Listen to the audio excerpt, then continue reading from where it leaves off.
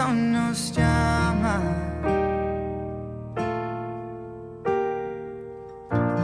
Ven ante su trono, el Padre te recibirá con sangre preciosa. Jesús borró nuestra maldad.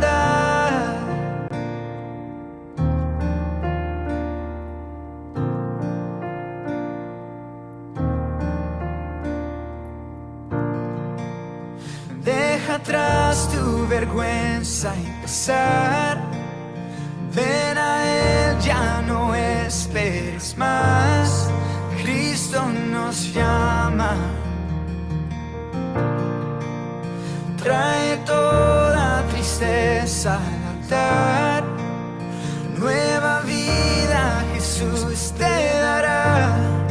Cristo nos llama. Ven ante su trono, el Padre te recibirá con sangre preciosa. Jesús borró nuestra maldad. Ven ante su trono, el Padre te recibirá con sangre preciosa. Jesús borró nuestra maldad.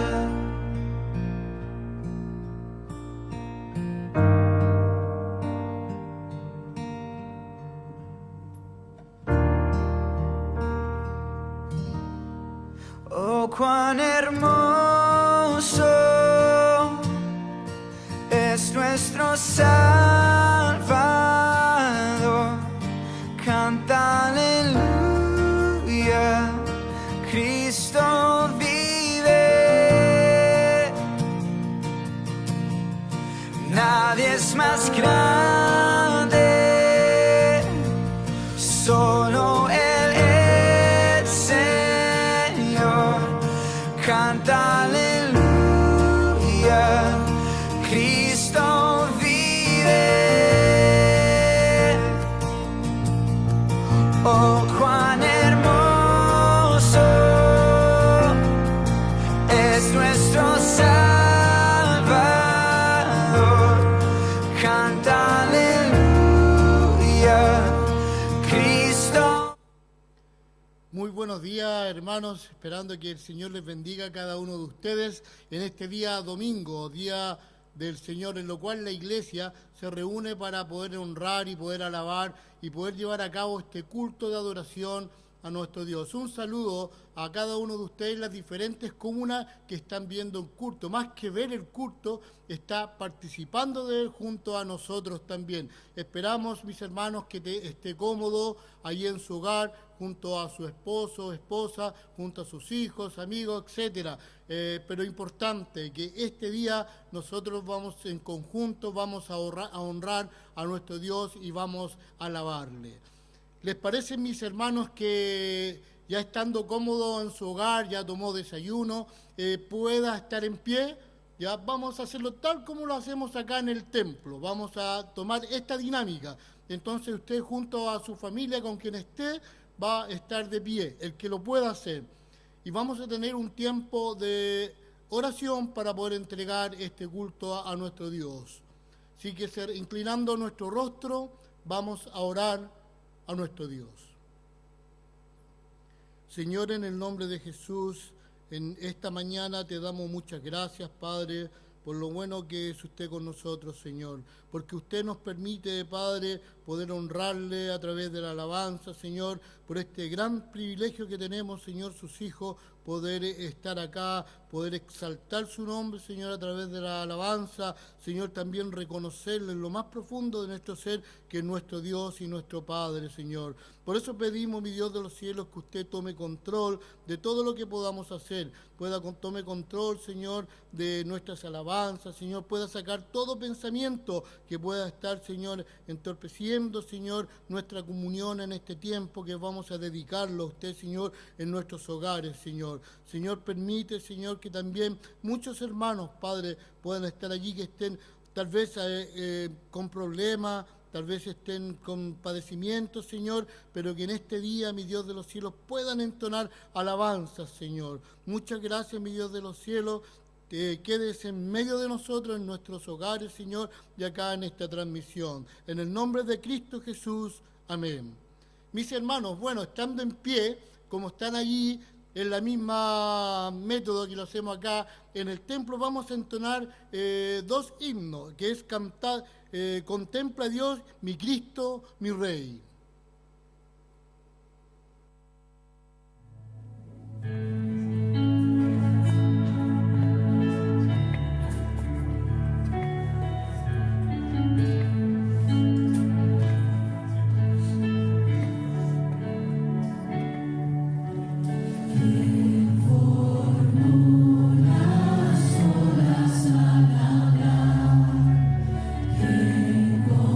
Con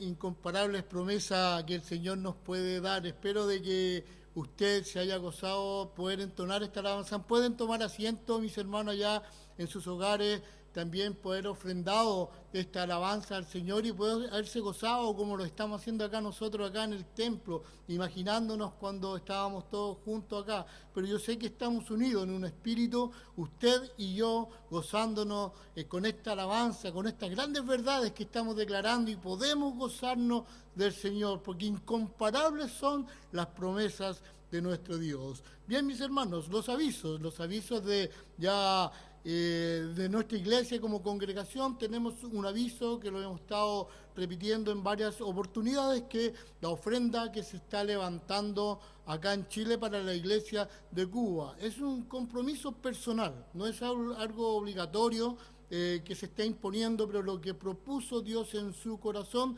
délo con alegría. Entonces, es propósito de este compromiso, un aporte económico para enviarlo a Cuba, es poder adquirir una propiedad para los hermanos allá. Entonces, mis hermanos, todos ya hemos visto los videos donde nos están animando, en donde podamos nosotros apartar lo que Dios nos ha dado para esta bonita obra, porque no tan solo la obra de Dios está acá en Talagante, en este templo, en nuestro hogar, sino que está esparcida por todo el mundo. Así que, mis hermanos, usted vaya pensando en cuanto proponga su corazón. Bueno, y nos trasladamos también ahora al día jueves, el día jueves de oración, día tan importante, mis hermanos, en donde vamos repitiendo, hay un listado de oraciones, ya un listado de peticiones de diferentes índole, para que usted y yo en nuestro hogar el día jueves podamos estar acá también en este tiempo de oración, este tiempo de estudio de la palabra, podamos también allí estar recordando cada una de las peticiones, no tan solo el día jueves, sino que todos los días estar orando por aquellas necesidades, estar orando por lo feliz que usted se encuentra, estar orando por la provisión de Dios que ha entregado cada día, estar orando porque Dios ha sido bueno con usted y conmigo. ¿Les parece, mis queridos hermanos, que vamos a seguir alabando a nuestro Dios? Y les voy a molestar tal como lo hacemos acá en el templo. ¿Les parece? Sí, que les voy a pedir a quien puede estar de pie. Si usted está con su hijo, está con su hija pequeña, con su mamá, su papá, su esposo, pídale, parémonos, porque vamos a adorar y vamos a alabar a nuestro Dios. Y vamos a cantar un himno, es Cuando ya se pase lista, y después vamos a tener un medley de esos antiguos, de aquellos coros que cantábamos acá. ¿Les parece? Amén. Así que vamos a estar en pie y vamos a entonar estas alabanzas.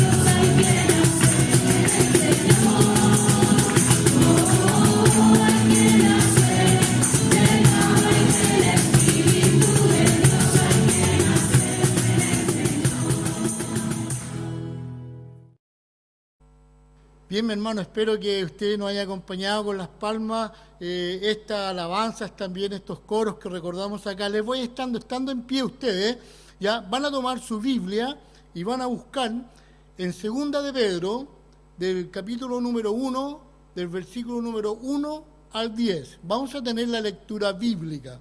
Entonces busquen su Biblia, la lectura se va a encontrar en Segunda de Pedro, del capítulo número 1, del versículo número 1 al 10. Tal como les decía, vamos a seguir la misma dinámica, ¿ya? Entonces yo voy a partir con el versículo número 1 y ustedes en sus hogares van a seguir con el versículo número 2. Sucesivamente, y en el versículo número 10 vamos a terminar todos juntos, ¿ya? ¿Les parece? Entonces, esa es la dinámica la que llevamos también acá en el templo, porque su casa en este minuto se transformó en un templo también, porque estamos elevando alabanzas a nuestro Dios. Y estando en pie, entonces, Primera de Pedro, capítulo número 1, del versículo número 1 al 10. Antes de tener la lectura bíblica, vamos a tener un tiempo de oración. Así que inclinen su rostro, mis queridos hermanos, y vamos a orar a nuestro Dios. Señor, en el nombre de Jesús, Señor, en esta mañana te damos muchas gracias, Señor, por este tiempo de que podemos adentrarnos en tu palabra, Señor, en lo cual va a estar centrada también el consejo, Señor, que vamos a escuchar después de este tiempo de alabanza, Señor de los cielos. Por eso queremos estar concentrados, Señor, en esto, porque podamos, Señor, digerir todo el consejo que usted nos va a dar a nuestras vidas en esta mañana, Señor. Que pueda ser edificante, Señor, a cada uno de los hermanos, Señor, a cada uno, Señor, de los que estamos presentes en esta reunión, Señor, en el culto, en esta iglesia familiar, Señor, que hemos hecho en cada hogar, Señor, en el nombre de Cristo Jesús. Amén. Entonces, con la dinámica que le decía, vamos a entrar entonces en Primera de Pedro, capítulo número 1, del versículo número 1 en adelante. Comienzo yo, luego usted con el versículo número 2 y sucesivamente hasta terminar en el número 10. Dice así: Pedro, apóstol de Jesucristo, a los expatriados de la dispersión en el Ponto, Galacia, Capadocia, Asia y Bitinia.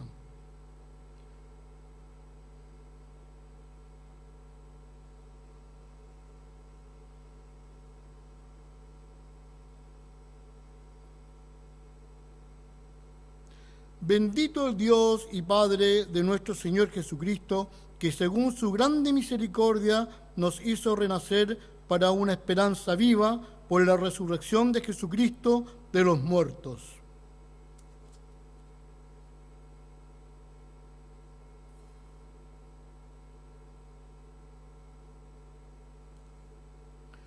Porque soy guardado por el poder de Dios mediante la fe para alabanza de la salvación que está preparada para ser manifestada en el tiempo postrero.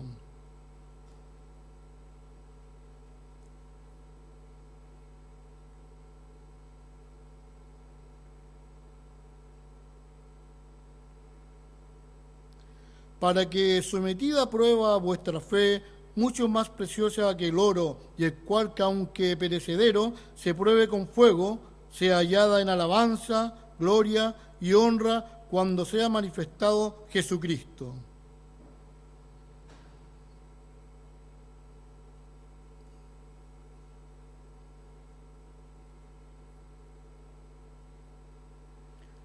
Obteniendo el fin de vuestra fe, que es la salvación de vuestras almas. Todos juntos, hermanos, en el versículo número 10.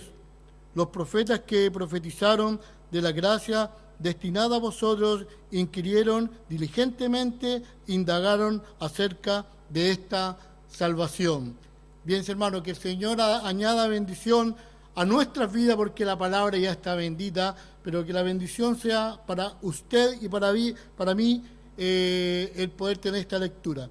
Bien, mis hermanos, vamos a tener un tiempo de estar sentaditos en el hogar, así que yo también me voy a despedir, dar muchas gracias, hermanos, por este tiempo que hemos podido juntos los hermanos permitir llevar esta reunión hacia hogar, este culto de adoración y alabanza. Vamos a dejar al hermano Edison Cuevas con el mensaje, pero antes del mensaje, quédese en pie, por favor, no se siente. Vamos a cantar unas alabanzas y luego pasamos al mensaje. Que el Señor les bendiga a cada uno de ustedes. Entonces vamos con las dos alabanzas.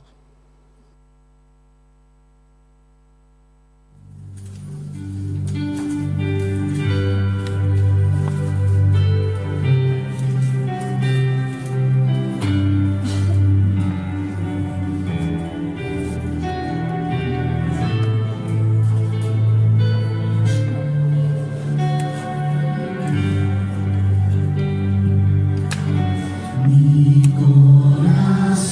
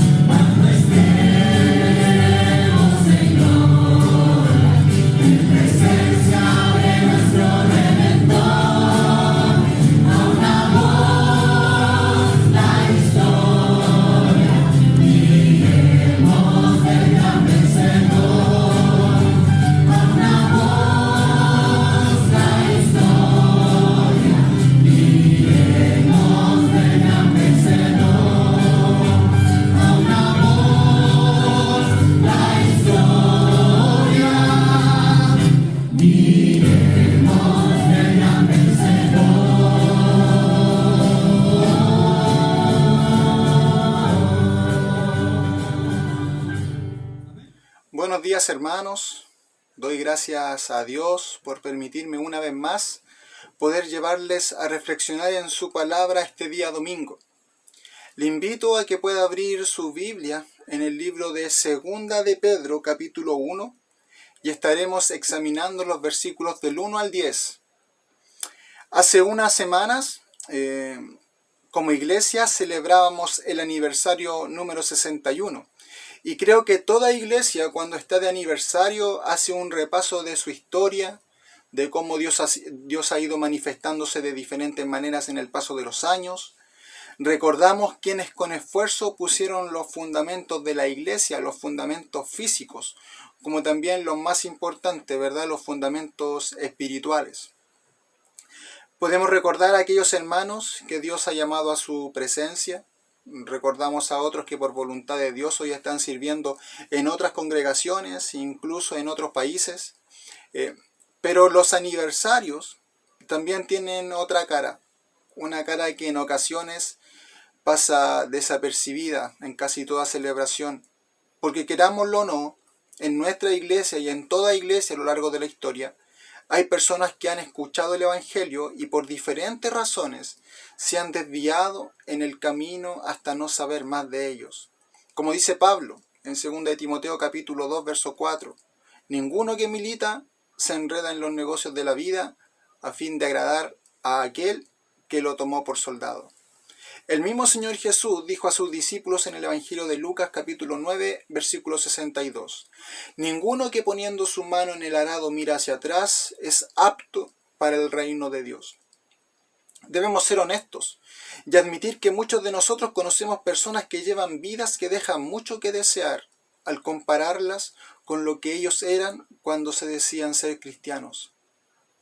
Y también debemos admitir que nosotros tampoco estamos libres de tener el arado en nuestra mano y poner nuestra mirada hacia atrás y enredarnos en negocios que no son los que el Señor tiene preparados para nosotros. Cuando leemos Colosenses capítulo 4, vemos que el apóstol Pablo se está despidiendo de los hermanos de Colosas, haciendo mención de todos aquellos hombres que de una u otra manera han sido apoyo en su ministerio. En el verso 14 leemos que Pablo escribe, os saluda Lucas, el médico amado, y Demas.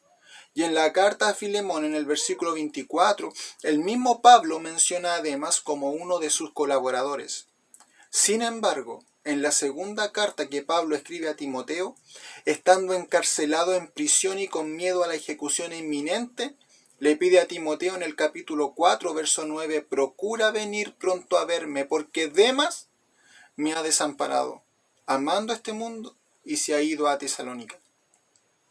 El mismo Demas que servía al Señor, aquel en que Pablo veía un colaborador, un aporte para su ministerio, desvió su camino y al parecer ese amor que sentía por Dios y su obra, ahora lo ha volcado a los placeres del mundo. ¿Estamos libres nosotros de no seguir ese camino? Por supuesto que no.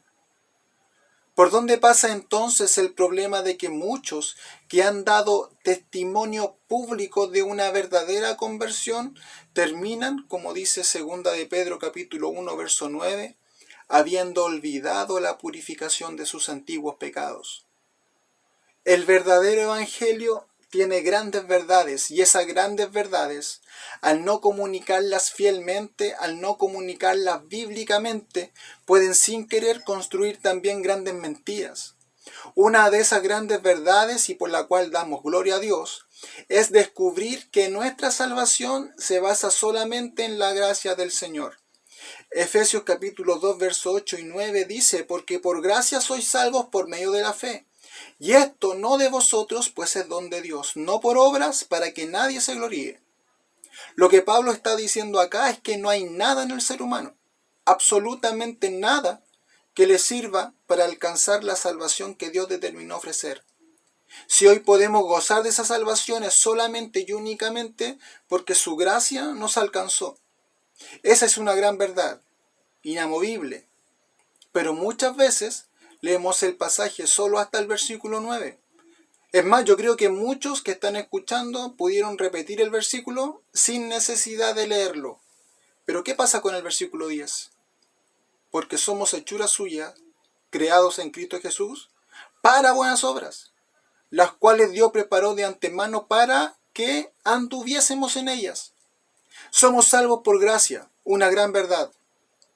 Y creo que lamentablemente hemos malentendido la idea de la salvación por gracia y hemos llevado nuestra vida cristiana al extremo de pensar que como no hay obras que puedan salvarme, sino solo la gracia del Señor, le hemos restado importancia a andar en aquellas obras que Dios preparó de antemano para que nosotros anduviésemos en ellas. Es cierto, las obras, las buenas obras, no pueden producir salvación, pero sí son el resultado subsiguiente de mi salvación, generando frutos y evidenciando una salvación real. Tito capítulo 2, verso 14 dice: quien se dio a sí mismo por nosotros para redimirnos de toda iniquidad y purificar para sí un pueblo propio, celoso de buenas obras. Y Santiago en su capítulo 2 detalla en 13 versículos que así como el cuerpo sin espíritu está muerto, así también la fe sin obras está muerta. Cuando Pedro escribió la segunda carta, tenía en su mente advertir a la iglesia sobre un peligro inminente. Les escribe para advertirles sobre la problemática de la apostasía. Otra carta que habla también de falsas enseñanzas en las Escrituras es la carta de Judas, pero existe una gran diferencia entre la carta de Judas y la carta de segunda de Pedro. Judas por una parte advierte a la iglesia de aquellos falsos maestros que entrarán encubiertamente a la iglesia con el fin de causar división. Por otra parte, podemos ver en la segunda carta de Pedro que el apóstol advierte a la congregación de que el problema sería más delicado, puesto que las falsas enseñanzas no vendrían de afuera, sino de entre ellos mismos. Vemos en segunda de Pedro capítulo 2 verso 1 la advertencia del apóstol donde dice: pero hubo también falsos profetas entre el pueblo, como habrá falsos maestros entre vosotros, que introducirán encubiertamente herejías destructoras y aún negarán al Señor que los rescató, atrayendo sobre sí mismo destrucción repentina. Podemos ver a lo largo del capítulo 2 que estas personas no solo vivían en inmoralidad de índole sexual, sino que también prometían vivir en libertad. Y obviamente era fácil prometer, puesto que cuando no te riges por las normas sociales o bíblicas para los creyentes, puedes fácilmente vivir en una libertad aparente. Pero el apóstol no solo es claro en su discurso, sino también es categórico, al decir en el capítulo 2, verso 21, porque mejor les hubiera sido no haber conocido el camino de la justicia, que después de haberlo conocido, volverse atrás del santo mandamiento que les fue dado. Lo que Pedro está queriendo decir es que aquellos que aún no conocen del Señor, aquellos inconversos que usted y yo podemos conocer, están en una mejor posición que estos que, conociendo la verdad, enseñan falsa doctrina o han renegado de ella. Pedro quería instruir a la congregación a cómo defenderse a sí mismo en contra de estos falsos maestros y sus mentiras engañosas. Si había alguien que sabía de tropiezos en la vida cristiana, era Pedro. Conocemos su historia. Era quizás el más impulsivo de los apóstoles. Si había alguien que podía escribir y advertir de tropiezos en la vida cristiana, era él. ¿Recuerda cuando estaban en el Monte de los Olivos? El Señor Jesús le dice a los discípulos: horas antes de ser apresado, todos ustedes se van a escandalizar esta noche. Y ahí saltó Pedro, ¿no? Aunque todos se escandalicen de ti, yo nunca me escandalizaré. Pedro, la verdad es que esta noche, antes que cante el gallo, me negarás 3 veces. No, Señor, aunque me sea necesario morir contigo, no te negaré. Y sabemos lo que pasó, ¿verdad? El problema de Pedro fue que él se sentía sobreconfiado. Un cristiano confiado es un cristiano que fácilmente tropezará. Pablo dijo, ¿verdad? El que cree estar firme, mire que no caiga. El que cree estar firme, no el que está firme. Hermano, usted debe entender que desde este lado de la eternidad nunca estaremos firmes. Pedro era un cristiano sobreconfiado, pero no solo eso, Pedro nunca puso atención a las advertencias. Y sabe que, hermano, la palabra de Dios está llena de advertencias, Pero es mi responsabilidad y es tu responsabilidad conocer esas advertencias. Es como la ley civil. Ante una multa de tránsito, por ejemplo, usted no puede decirle al juez: lo que pasa, señor juez, que yo no sabía que en tal parte no se podía andar a tal velocidad. ¿Y el juez qué va a responder? Bueno, está escrito en la ley. Si usted no se leyó la ley antes, entonces es problema suyo. Pague. Puede que hoy estés escuchando advertencias de parte del Señor, o quizás mañana, o quizás de aquí a un par de meses más. El tema es que si escuchamos la voz del Señor, entonces no endurezcamos nuestros corazones. Pedro se apresuró al ir hacia adelante y cortarle la oreja al soldado cuando debió haber esperado. Él durmió cuando debió haber orado en el huerto de Getsemaní. Con frecuencia habló cuando debió haber guardado silencio y él mostró valor, pero fue un cristiano descuidado. Entonces él sabe que la vida cristiana no es fácil de vivir. Si hay alguien preparado para advertirnos del peligro que hay en el hecho de apartarnos de las instrucciones bíblicas, es Pedro. Él experimentó la culpa, experimentó la vergüenza, experimentó el arrepentimiento y experimentó quizás ese sentimiento, ¿no es cierto?, de pensar que he metido la pata tantas veces que el Señor jamás me va a volver a tomar en cuenta. Pero terminó bien. Sus tropiezos lo llevaron a entender de qué manera podía vivir una vida de piedad y nos da las claves para desarrollar la piedad en nuestra vida. Segunda de Pedro, capítulo 1, verso 1 dice: Simón Pedro, siervo y apóstol de Jesucristo. La palabra que se utiliza para siervo acá es la palabra griega doulos, de la cual se traduce también la palabra esclavo. Hoy en día esa palabra tiene una connotación negativa, pero en ese tiempo ser esclavo de una persona no se miraba como algo despectivo, sino más bien se ponía el énfasis en que eras propiedad de aquel a quien servías. Podemos entender entonces el balance de Pedro al dirigir su carta presentándose con la humildad necesaria al decir: soy propiedad de Cristo, estoy sometido a Él. Y por otro lado, hablo con la autoridad de ser un apóstol o representante del Señor Jesús. Luego dice: a los que habéis alcanzado, por la justicia de nuestro Dios y Salvador Jesucristo, una fe igualmente preciosa que la nuestra. Casi siempre pasamos por alto las salutaciones de las cartas pastorales, pero lo que Pablo está diciendo acá es de suma importancia. Cuando él habla de fe, no se está refiriendo a la fe de Hebreos 1:11. En otras palabras, no habla de la fe que cada uno de nosotros ejercita cuando llevamos nuestras peticiones delante del Señor. La fe a la que Pedro está haciendo mención acá es la fe que actúa al momento de creer para salvación. La de Efesios 2:8. Por gracia sois salvos por medio de la fe. A esa fe, igualmente preciosa que la nuestra, es a la que se refiere Pedro. Y es igualmente preciosa por tres razones. Primero, porque es una fe que se alcanza a través de la justicia de nuestro Dios y Salvador Jesucristo. Número 2, es la misma fe de los apóstoles, y quizás Pedro hace énfasis en eso para que los que recibirían la carta entendieran que no había diferencia delante de Dios entre un gentil y un judío. Y es igualmente preciosa porque quien puso esa fe en el corazón de los apóstoles, Dios mismo a través de su Espíritu Santo, la depositó también en nuestros corazones. Sigue escribiendo el apóstol Pedro: gracia y paz os sean multiplicadas en el conocimiento de Dios y de nuestro Señor Jesús. La fe del cristiano se construye mediante el conocimiento profundo del Señor. Mientras más tiempo pasemos meditando en su palabra y aplicando lo que ahí encontramos en nuestra vida diaria, nuestra fe se irá fortaleciendo y habrá una evidencia clara de una vida controlada por el Espíritu Santo. Parte de ese conocimiento tiene que ver con lo que Pedro dice en el verso 3, cuando dice: como todas las cosas que pertenecen a la vida y a la piedad nos han sido dadas por su divino poder, mediante el conocimiento de aquel que nos llamó para su gloria y excelencia, por medio de las cuales nos ha dado preciosas y grandísimas promesas, para que por ellas llegaseis a ser participantes de la naturaleza divina, habiendo huido de la corrupción que hay en el mundo a causa de la concupiscencia.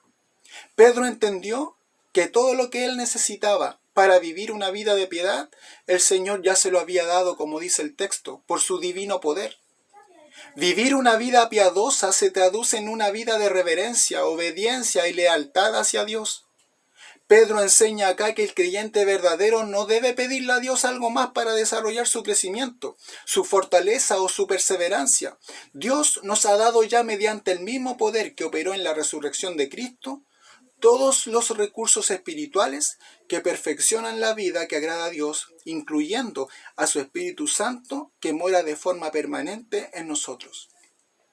Tú no puedes decir que tu conocimiento de Dios está creciendo y al mismo tiempo hacer cosas que van en desacuerdo con lo que Dios manda.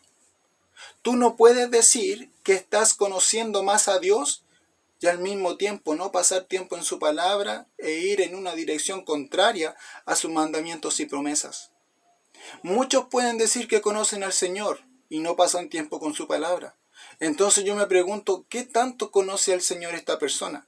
O al revés, cuando preparaba esta predicación recordaba el día en que me encontré con una persona a la que no veía ya hace unos meses.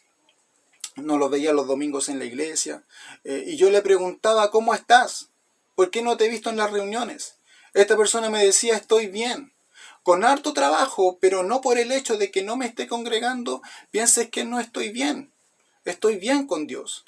Estoy terminando de hacer algunas cosas en mi casa y volveré a asistir a las reuniones. Pasó el tiempo y nunca más le vi. Y una de las cosas que aprendí no hace mucho es entender que en la vida cristiana no hay estancamiento. O avanzas o retrocedes, pero nunca te estancas. No creas que hoy dejas de asistir, por ejemplo, a tu iglesia y cuando vuelvas en un par de meses o años volverá tal cual te fuiste. No es así. Es más, tú que estás alejado de Dios o que estás sintiendo distanciamiento del Señor, ¿qué te asegura que después de un tiempo podrás volver a los pies de Cristo?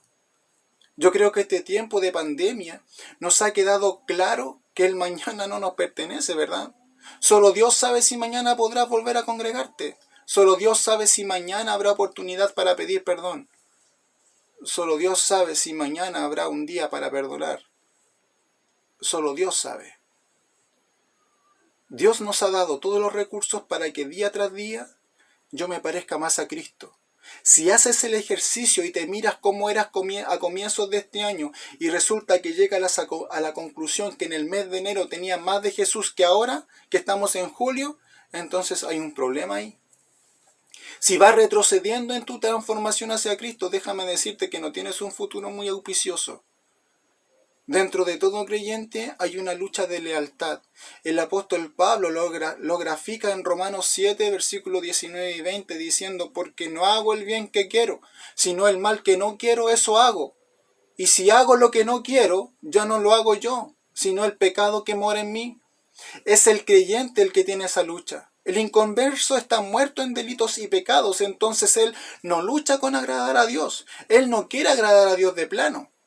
Pero nosotros estamos en esta batalla interna constante entre nuestra carne y nuestros deseos de darle cabida al Espíritu Santo y que Él vaya controlando cada rincón de nuestra vida.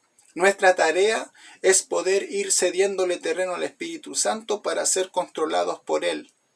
No piense, hermano, que yo porque estoy predicando o los hermanos diáconos o el día de mañana el pastor tiene más del Espíritu Santo que usted. No crea que yo o que otros hermanos no luchan con deseos pecaminosos. Todos tenemos el mismo Espíritu Santo y todos luchamos también con los mismos deseos de nuestra carne. La diferencia está en que hay algunos cristianos que obedecen más a esos impulsos pecaminosos que otros. La pregunta entonces es, ¿eres más obediente a esos impulsos pecaminosos o a la voz del Espíritu Santo? Ahí tiene una gran verdad entonces. Dios nos ha provisto de todo lo necesario para vivir una vida de piedad. Él cumplió su parte, amén. Pero hay una segunda parte y esa parte nos compete a nosotros, a nuestro esfuerzo. La vida de piedad es una tarea en equipo. ¿Y qué nos compete hacer a nosotros ahora? Versículo 5. Dice, vosotros también poniendo toda diligencia por esto mismo, añadid a vuestra fe virtud. Cuando Pedro usa la frase poniendo toda diligencia, lo que está queriendo decir es pongan el máximo de esfuerzo. Hermanos, como creyentes debemos esforzarnos en vivir una vida que honre a Dios. No piense en Dios como un anciano que está sentado en una silla, observando tranquilamente cómo juegan sus hijos acá en la tierra. Él es un Dios santo, soberano, que espera ver a su pueblo celoso de buenas obras, como mencionábamos al comienzo. Es cierto, veíamos al comienzo que Dios ha derramado en el creyente su poder divino, pero eso no quita que el creyente debe esforzarse y practicar la disciplina en todos los aspectos de su vida para rendir al máximo en todo lo que Dios ha hecho por él. El apóstol Pablo anima a los hermanos de Filipos en Filipenses capítulo 2, verso 12, diciéndole: por tanto, amados míos, como siempre habéis obedecido, no como en mi presencia solamente, sino mucho más ahora en mi ausencia, ocupaos en vuestra salvación con temor y temblor, porque Dios es el que en vosotros produce así el querer como el hacer por su propia voluntad. El apóstol Pedro menciona cualidades que todo creyente debe esforzarse por desarrollar. Pedro escribe: añadid a vuestra fe. Imaginemos una pirámide donde la base de esta se compone con la fe.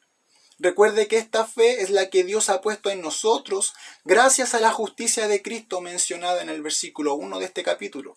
Todo creyente entonces tiene, gracias a Dios, el cimiento para edificar con la disciplina de cada uno el siguiente nivel de esta pirámide de piedad. El término añadid que Pedro usa en este pasaje se refiere a dar en abundancia y con generosidad. En la cultura griega la palabra se usaba con referencia a un director de coro, que era responsable por suministrar todo lo que fuera necesario para su coro. Nunca se refirió a dar con mezquindad, sino en gran abundancia para garantizar un desempeño excelente. Dios nos ha dado fe y todo lo necesario para la piedad.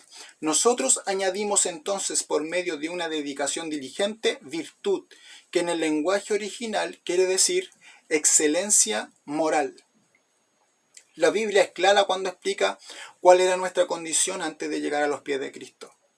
Efesios capítulo 2, verso 1 al 3 dice: y Él os dio vida a vosotros, cuando estabais muertos en vuestros delitos y pecados, en los cuales anduvisteis en otro tiempo, siguiendo la corriente de nuestro mundo, conforme al príncipe de la potestad del aire, el espíritu que ahora opera en los hijos de desobediencia, en los cuales también todos nosotros vivimos en otro tiempo, en los deseos de nuestra carne, haciendo la voluntad de la carne y de los pensamientos, y éramos por naturaleza hijos de ira, lo mismo que los demás. Nuestra condición pasada era categórica. No hay nada en el hombre natural que le haga siquiera desear poner su mirada en Dios. Y es ese Dios, mediante su Espíritu Santo, quien abre nuestro corazón, nos convence de pecado. Es su Espíritu quien regenera nuestra vida y comienza a guiarnos, a amonestarnos y a iluminarnos a través de la palabra para que nosotros vayamos efectuando los cambios que necesitamos realizar para evidenciar la salvación obtenida. El apóstol Pablo lo grafica de la siguiente manera en Efesios 4:17. Dice: esto pues digo y requiero en el Señor, que ya no andéis como los otros gentiles, que andan en la vanidad de su mente, ojo con esa frase, teniendo el entendimiento entenebrecido, ajenos de la vida de Dios por la ignorancia que en ellos hay, por la dureza de su corazón, los cuales después que perdieron toda sensibilidad, se entregaron a la lascivia para cometer con avidez toda clase de impureza, mas vosotros no habéis aprendido así a Cristo. Cuando un cristiano no está viviendo en excelencia moral, hay varias opciones. Primero, él dice ser cristiano, pero no lo es. Segundo, ese cristiano se ha olvidado de las promesas de Dios. Tercero, ese cristiano se hizo ciego y en esa ceguera se olvidó que a él lo limpiaron en un madero a precio de sangre. Sin duda, querido hermano, debemos demostrar una conducta diferente si hemos nacido de nuevo. No estoy diciendo que dejamos de pecar automáticamente al momento de recibir a Cristo, pero sí debemos luchar con el pecado. Y más aún, cada día que pasa, debemos parecernos más a Cristo y menos al viejo hombre que éramos antes. Pablo instruye a los romanos en el libro de Romanos capítulo 12 a no conformarse a este siglo, sino transformados por medio de la renovación de vuestro entendimiento o la renovación de la mente. En Efesios, Pablo nos dice que no andemos como los gentiles que andan en la vanidad de su mente. Y en Romanos nos dice que debemos renovar nuestra mente. Esa transformación solo ocurre de una manera: ocurre a medida que el Espíritu Santo cambia nuestra manera de pensar mediante el estudio y la meditación constante de las Escrituras. La verdadera virtud moral se logra mediante el conocimiento pleno de Dios. ¿Por qué es importante, como dice Pablo, ir renovando nuestra mente entonces? Creo que muchos hijos de Dios se han alejado de Él porque han construido una vida cristiana en base a la tradición y a la religiosidad. Crecí escuchando a líderes que se jactaban de haber leído la Biblia completa varias veces y nos desafiaban a leerla. Gastaban tiempo en animarnos a cumplir la meta, pero nunca escuché cuáles eran las razones para hacerlo. Nunca escuché por qué era bueno leerla. Y lo peor de todo, nunca escuché cuál era el riesgo de no pasar tiempo leyéndola.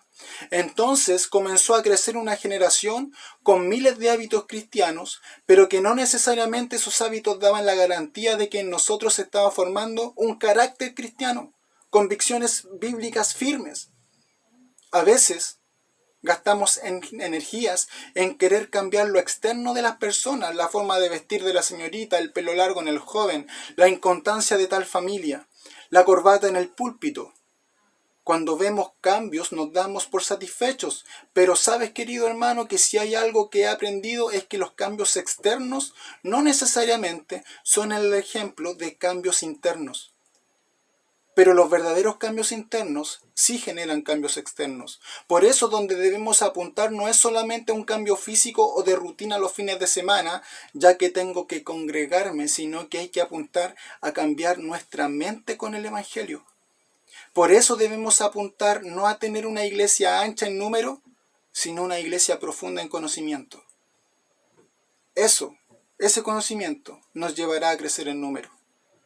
Debemos añadir a nuestra fe virtud moral, luego conocimiento, al conocimiento dominio propio, al dominio propio paciencia, a la paciencia piedad, a la piedad afecto fraternal y al afecto fraternal amor. Porque dice, porque si estas cosas están en vosotros y abundan, no solo un poco, sino que abundan, no os dejarán estar ociosos ni sin fruto en cuanto al conocimiento de nuestro Señor Jesucristo. Recuerda las palabras de Jesús en Juan capítulo 15. En esto he glorificado mi Padre. ¿En qué? En que llevéis mucho fruto. En otras palabras, el no tener estas cualidades en nuestra vida nos va a convertir en cristianos infructuosos y ociosos, y es muy probable que eso desvíe nuestra mirada hacia los afanes de este mundo y perdamos el propósito que Dios tiene para nuestra vida. Dice el verso 9, pero el que no tiene estas cosas, ¿cuáles cosas? Virtud, conocimiento, dominio propio, etc. Tiene la vista muy corta, es ciego, habiendo olvidado la purificación de sus antiguos pecados. El que no tiene estas cualidades, el que no es disciplinado en formar su carácter con estas cualidades, se ha enredado tanto en los placeres del mundo, que él se ha olvidado que hubo alguien que le limpió en una cruz a precio de sangre. Cuando un cristiano no luce como la persona de Cristo es porque se ha olvidado que sus pecados fueron purificados como blanca lana. Es ciego, no puede ver las promesas futuras, no le importan, no le atraen.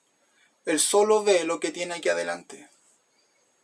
Por lo cual, hermanos, dice el verso 10, tanto más procurad hacer firme vuestra vocación y elección, porque haciendo estas cosas no caeréis jamás. Lo que Pedro está diciendo es que haciendo estas cosas, desarrollando estas cualidades, nunca tropezarás en tu vida cristiana. Pedro, el impulsivo, Pedro, el que traicionó a Jesús, ahora sabe lo importante que es desarrollar cada una de estas áreas. Él al comienzo las tenía. Ahora sí las tiene. Pedro nos recuerda que nuestros pecados fueron purificados y junto con eso tenemos poder para llevar vidas piadosas. Pero también nos recuerda que es posible enfriarnos y desviarnos a tal punto de olvidar que nuestros pecados fueron purificados. Yo no estoy libre de eso y tú no estás libre de eso. Debemos anhelar tener vidas de piedad y eso se hace primeramente a través del arrepentimiento día a día y corriendo esta carrera con paciencia, como dice el libro de Hebreos capítulo 12 verso 1 y 2. Por tanto, nosotros también, teniendo en derredor nuestro tan grande nube de testigos, despojémonos de todo peso y del pecado que nos asedia, y corramos con paciencia la carrera que tenemos por delante, puesto los ojos en Jesús, el autor y consumador de la fe, el cual por el gozo puesto delante de él sufrió la cruz, menospreciando lo oprobio, y se sentó a la diestra de Dios. Que tenga un buen día domingo, un buen inicio de semana, y nos encontramos nuevamente en la reunión de oración de este día jueves. Bendiciones.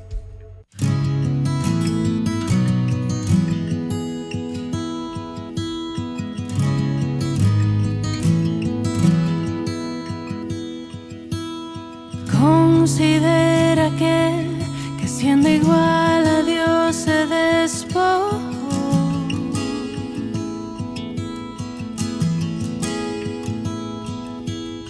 Considera que semejante al hombre descendió.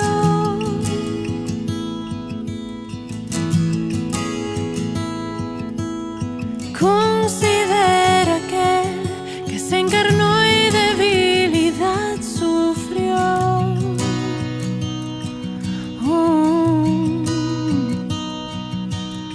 Considera que fue tentado en todo y no pecó.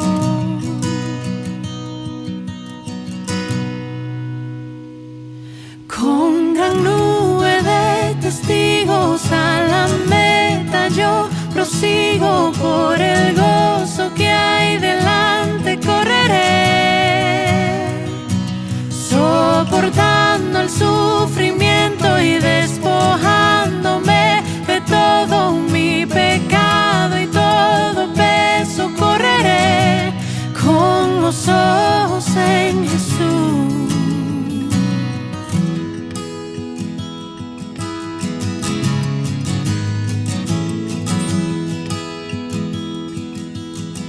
Considera que hasta lo más profundo se humilló.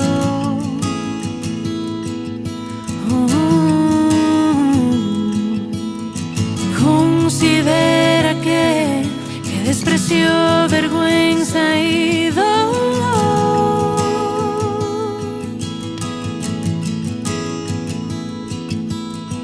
Considera que el peso del pecado soportó.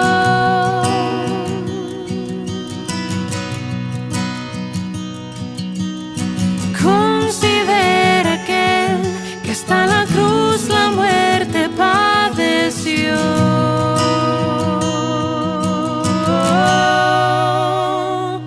Con gran nube de testigos a la meta yo prosigo, por el gozo que hay delante correré,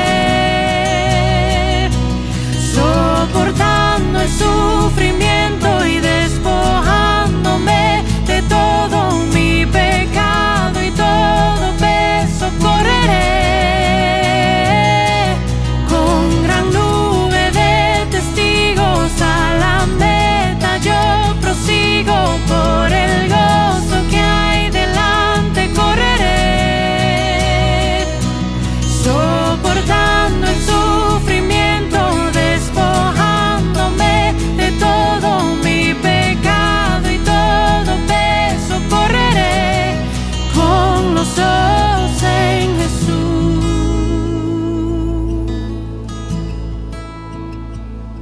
El Cordero y León, el pecado